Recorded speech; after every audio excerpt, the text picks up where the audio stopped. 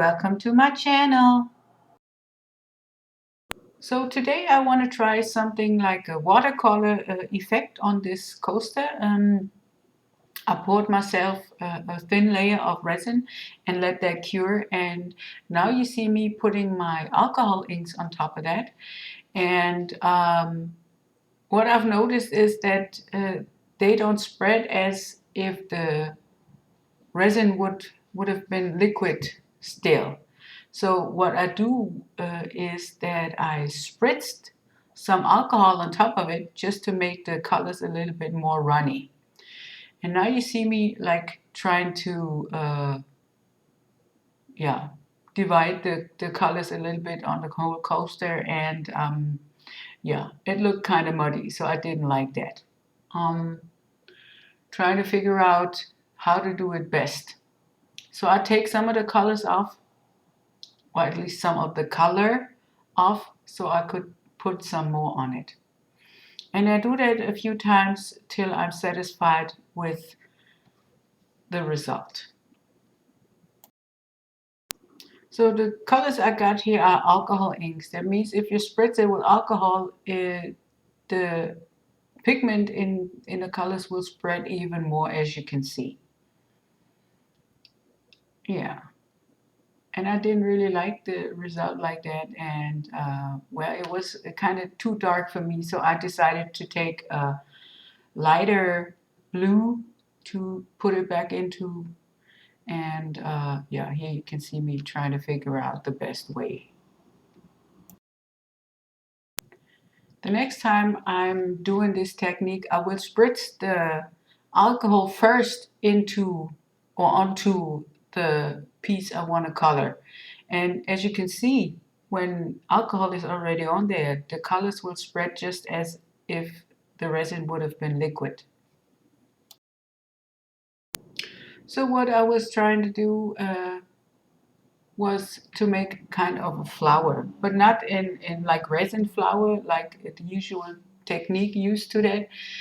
I wanted to paint the mold because it has already a flower shape with some gloss varnish and glitter, so to emphasize the petals of the flower. So here you see my gloss varnish, and I put a little bit of it in my little cup, and I put a lot of glitter in there.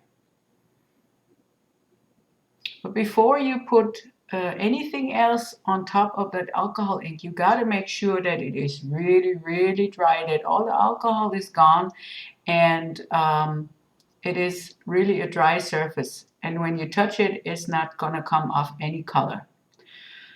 So here you see me putting some of the glitter in there, but in the end I put it all in there. All that was in that little bottle, because I want the emphasized petals really to stand out. And if you have only a little bit of glitter in there, and the gloss varnish will dry transparent, so you will see just a little bit of glitter, just a little hint, and I didn't want that. I want a real line to see and to show that the petal is like really painted like that, but only with glitter.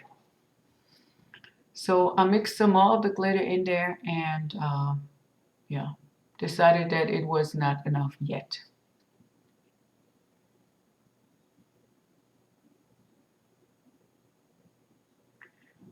Yeah, I loves me my glitter, and that's why I put the whole bottle in there.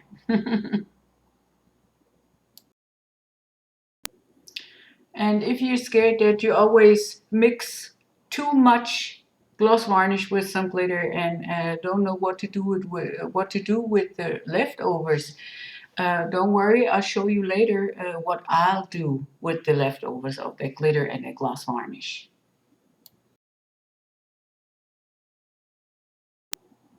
So finally, I'm satisfied with the amount of glitter that I got in there, and now I'm taking my brush and I kind of drop some points where I have my middle of the flower.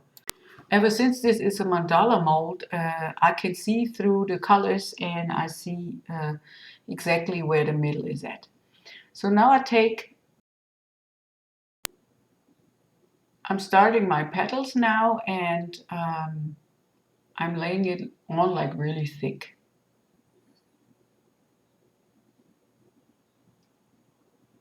The shape of the mold is already like a flower, so I just go with that and yeah, put my petals just like the shape of the mold. I just follow the outlines.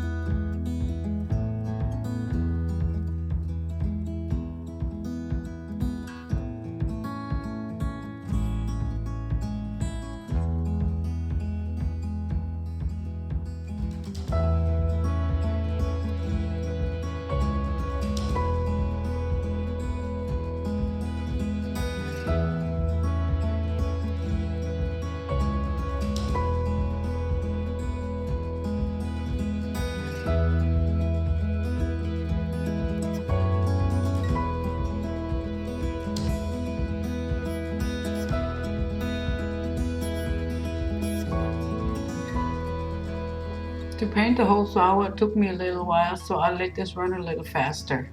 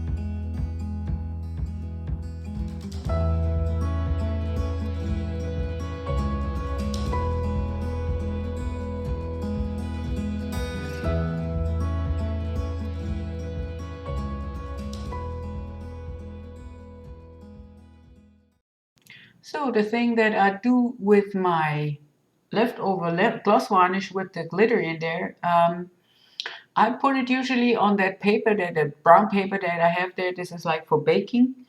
But when I try to take it off, it always sticks to the paper, or the paper sticks to the bottom of that thing.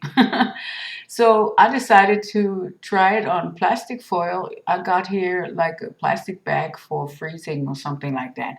And I just put it on there, and I just try to spread it out a little so it gets an even shape.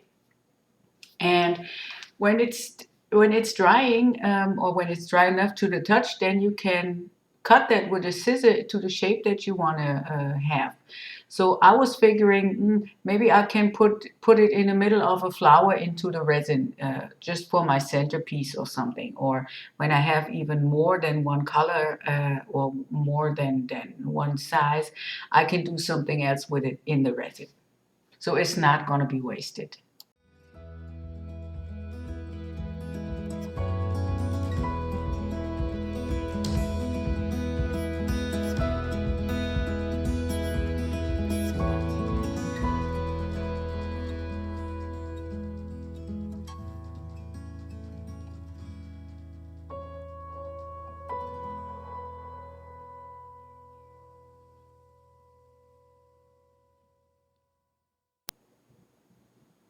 At the Dollar Tree, I found some wall tattoos, and that inspired me really to make this flower, because I wanted to put one of those stickers on there and then cover it up with resin.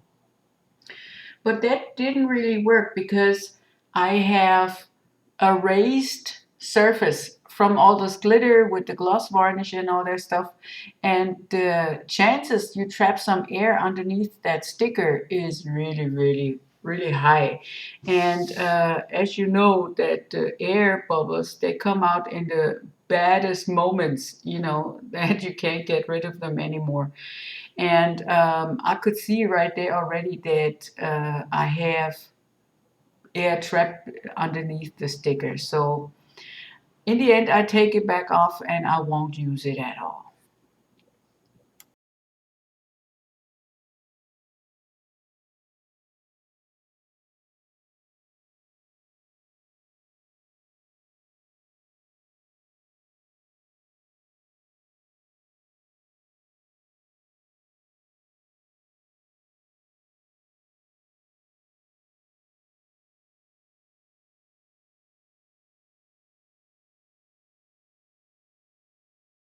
So what I did, I just mixed up some resin and I filled my mold up to the top, and I just let it cure like that.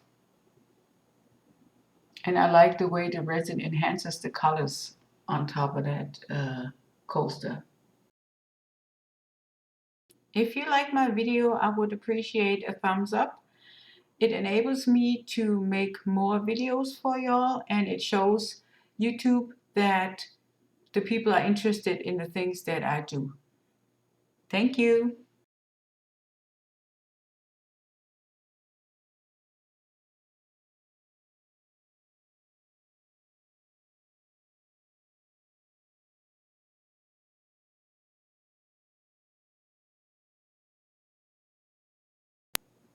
So I'm taking care of the bubbles with my little torch, and then I have to let it cure.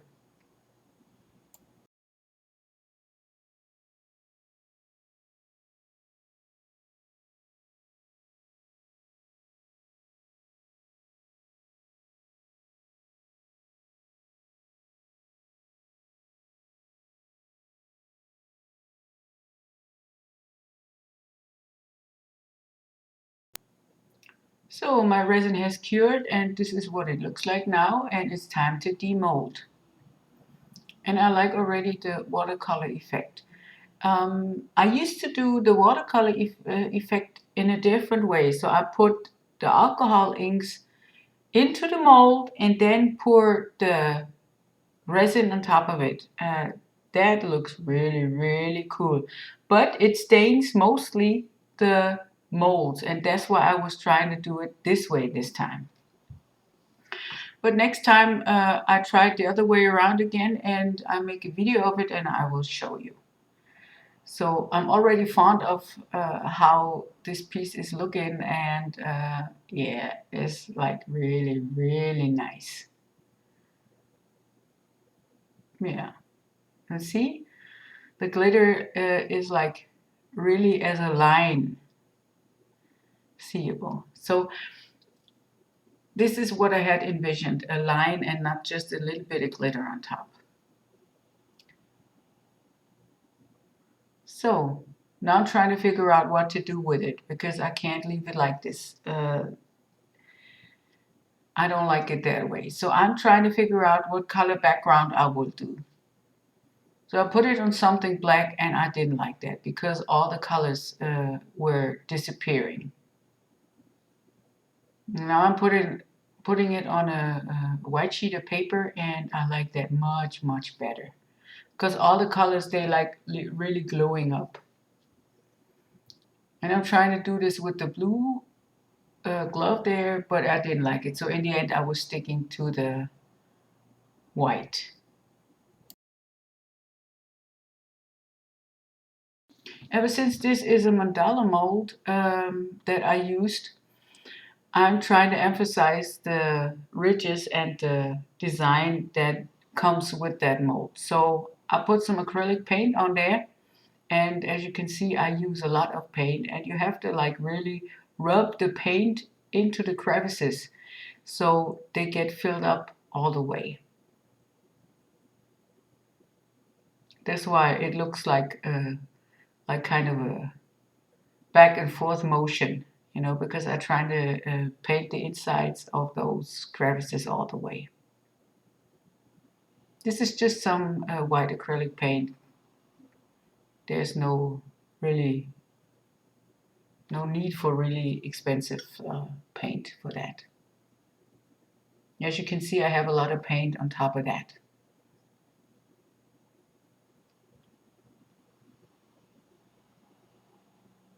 Now I'm trying to wipe the excess paint off, but that didn't really work good because I had a baby wipe there in my hand, and the structure of that design has lots of like corners and needle points and stuff like that. So it was ripping the cloth apart, so that didn't work good. So now I'm trying like a paper tissue that worked a little bit better, but not really satisfying. But I didn't have nothing else, so I used that. Next time I have to think about another way to do that because it took me over an hour to get rid of that excess paint again after I let the paint dry. Because if you take the paint back off, there are little crevice pieces that are much deeper and have a lot of more color in there. So you like dig in with those gloves, not the gloves. You dig in with those cloths and get the paint back out. You know, that's why I decided to do that after the paint is dry, and that was a pain in the butt, taking the other paint off the surface then.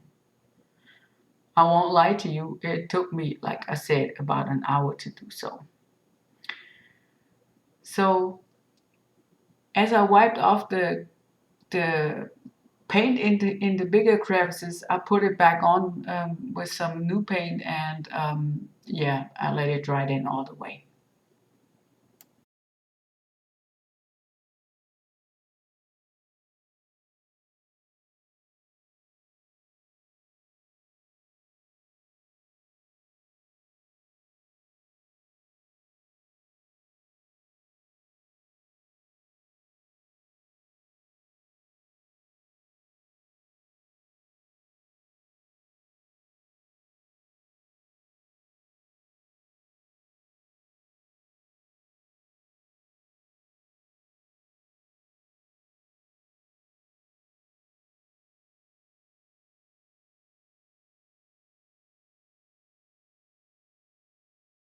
So here you see me in a really speed up version, taking the excess paint off, and this is not really easy to do. The next time I have to think about another way to take the excess paint off because I like the result, but this is going on my nerves because I have like, I don't know, an hour or longer. Like I said, this is like really speeded up like 8 times, and I was not really satisfied in the way this was going. But I thought I'll show you the whole process because usually, yeah, you don't think it is that hard, but it is. So, but the work is really worth it. But you know, oh my God.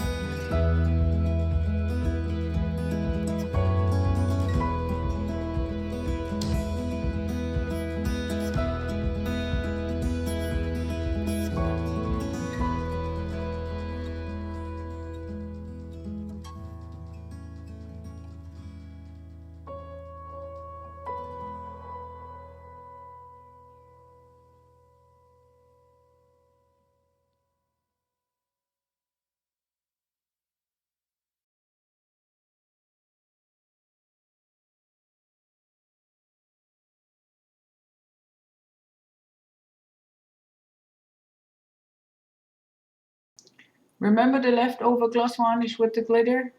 This is what it looks like. It is still a little bit soft and bendy, and I haven't had it straight laying on the table. That's why it's a little bit, yeah,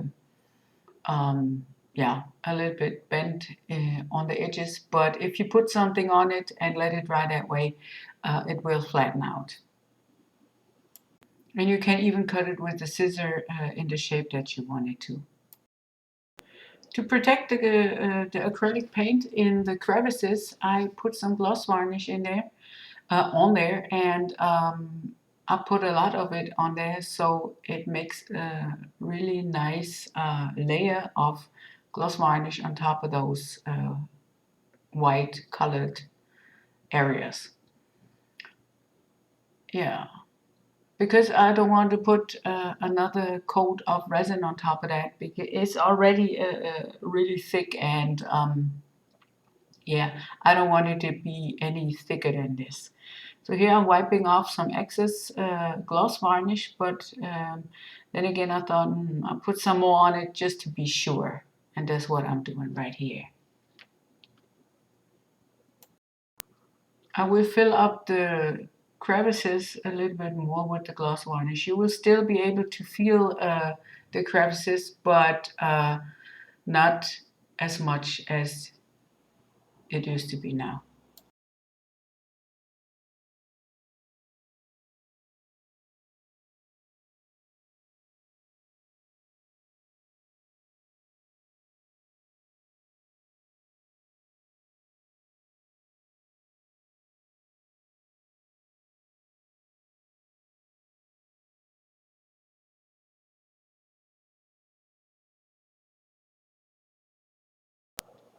So, and this is how the piece looks now, and yeah, I like that. And you can see that from the other side, you can see the design also, that I think it gives the piece a little bit more depth than just a plain white background. Yeah, so this is finished, and I will leave you some pictures in the end of that video, and yeah, I hope you like it.